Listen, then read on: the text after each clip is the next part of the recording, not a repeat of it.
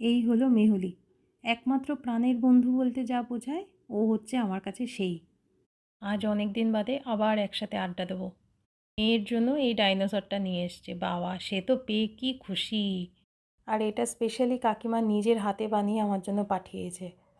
যখনই আগে কলেজ থেকে ওদের বাড়িতে যেতাম, কাকিমা এটা আমাদেরকে বানিয়ে খাওয়াতো। আমি আগে কখনো খাইনি, কাকিমার হাতেই প্রথম খেয়েছি। আর কাকিমা ছাড়া এটা এত সুন্দরভাবে কেউ বানাতে পারে না। আমসত্ত্ব আর নারকোল দিয়ে এটা বানানো। মা, বাবা, অভিরূপ সবার খেয়ে খুব ভালো লেগেছে।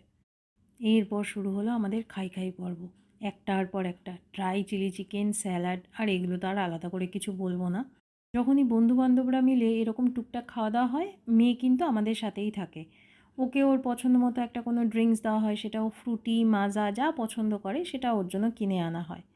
গল্প, গান, আড্ডা সব কিছু মিলিয়ে সেই দিনের রাতটা একদম জমজমাট। একটা পিৎজা না হলে ঠিক ভালো লাগছিল না, তাই এত কিছুর পরেও একটা পিৎজা অর্ডার করেছিলাম।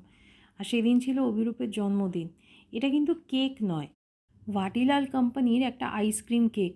এটাই সেদিনকে অর্ডার করেছিলাম। ওই রাত্রেবেলা তখন আর কেউ ওই ক্রিম কেক বা চকলেট পেস্ট্রি তো পছন্দ করবে না, তাই জন্য।